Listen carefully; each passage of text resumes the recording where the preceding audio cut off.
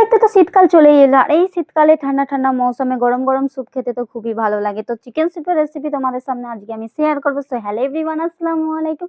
Restaurant স্টাইলে তোমাদের সাথে শেয়ার করতে চলেছি চিকেন স্যুপ। তো চিকেন স্যুপ বানানোর জন্য প্রথমেই আমি কড়াইতে 2 টুকরো বাটার দিয়েছি, আর দিয়েছি রসুন থেতো করে। তারপরে দিয়েছি চিকেনের পিস, চিকেনের বেস্টেড পিস নিয়েছি যেটাতে কোনো রকম হাড় নেই, কারণ এটা স্যুপ তৈরি হবে।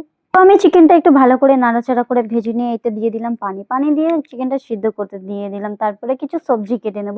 সবজির মধ্যে আমি রেখেছি গাজর আর ক্যাপসিকাম। তোমরা তোমাদের মন ইচ্ছা মতো সবজি দিতে পারো। আমার কাছে কোনো রকম সবজি ছিল না, তাই আমি গাজর আর ক্যাপসিকাম দিয়েছি।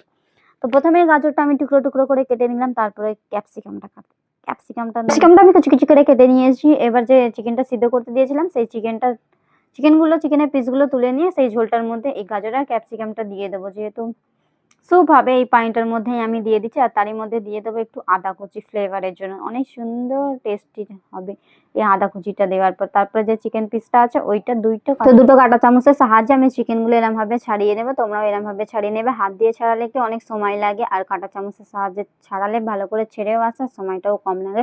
তারপরে আমি একটা ডিম ফাটিয়ে নিয়েছি। স্যুপে কিন্তু ডিমও দেয়, দেখবে তোমরা।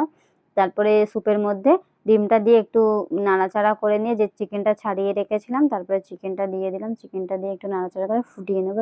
এবার দেবো আমি মশলা। মশলার মধ্যে দিয়েছি আমি সাদা লবণ, বিট লবণ, দিয়েছি জিরের গুঁড়ো আর গোলমরিচের গুঁড়ো। স্যুপ হচ্ছে, স্যুপের মধ্যে কিন্তু বেশি মশলা যায় না।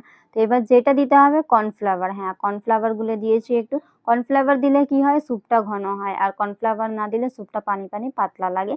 তো যাদের কাছে কর্নফ্লাওয়ার নেই তারা একটু চালের গুঁড়োও দিয়ে দিতে পারো, চালের আটাও দিয়ে দিতে পারো। এবার যে স্যুপটা হবে তার মধ্যে আমি একটু লেবু চিপে নিয়েছি, আর স্যুপটা দিয়ে একটু বিট লবণ দিয়েছি। খেতে সত্যি বলছি অনেক সুন্দর টেস্টি হয়েছিল। তো এরকমই সুন্দর সুন্দর ভিডিও দেখতে হলে আমাকে ফলো করো।